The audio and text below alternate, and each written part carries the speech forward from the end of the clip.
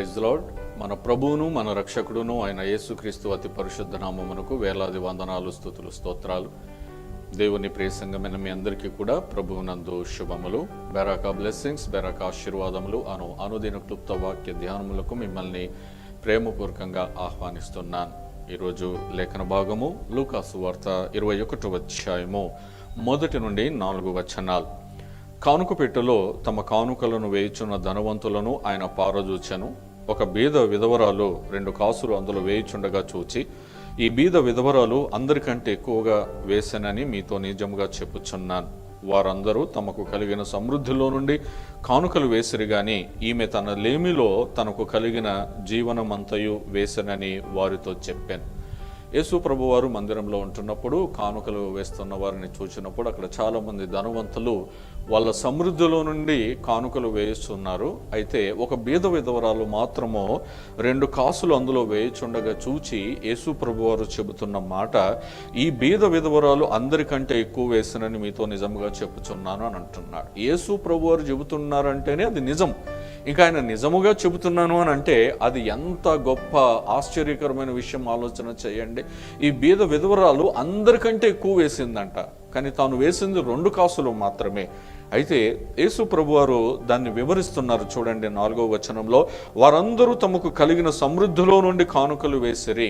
అంటే అక్కడ ఉంటున్నటువంటి ధనవంతులందరూ కూడా తమ సమృద్ధిలో నుండి వేస్తున్నారు. 1000 రూపాయలు ఉంటే ఒక 100 రూపాయలు వేయడం గొప్ప విషయం కాదు, కానీ 2 కాసులు ఉన్నప్పుడు 2 కాసులు వేయడమే చాలా గొప్ప విషయం. ఆమెకు ఆ జీవనం ఏంటి? ఆ 2 కాసులే.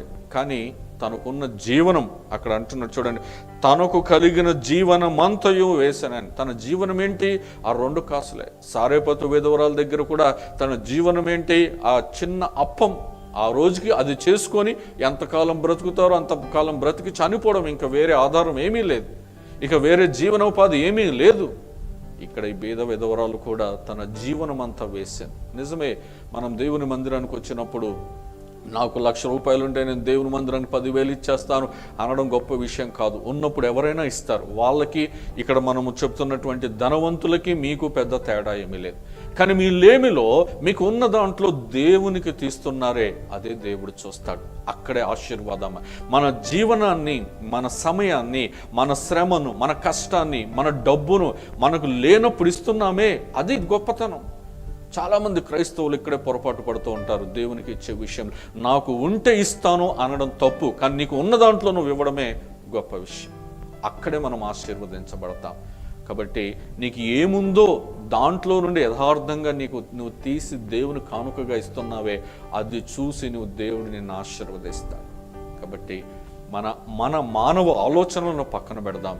దైవికమైన ఆలోచనలు, దేవుని చిత్తాన్ని నెరవేర్చి, దేవుణ్ణి మహిమపరిచి, దేవుణ్ణి ఘనపరిచి, మన హృదయం ద్వారా, మన సమయం ద్వారా, మన డబ్బు ద్వారా, మనకు ఉన్నది, మనకు కలిగినది. ఇక్కడ మనం చూడండి, తన లేమిలో తనకు కలిగిన జీవనం అంతా. నీకు నిజంగా నువ్వు లేకపోవచ్చు, నిజంగా నీవు బీదవాడవి ఉండొచ్చు, కానీ నీకున్న దాంట్లో నువ్వు దేవునికి తీసుకొని వస్తున్నావే, అది దేవుడు చూస్తాడు, ఆశీర్వదిస్తాడు.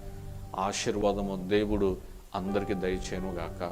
ఆమేన్. ప్రార్థన చేసుకుందాం.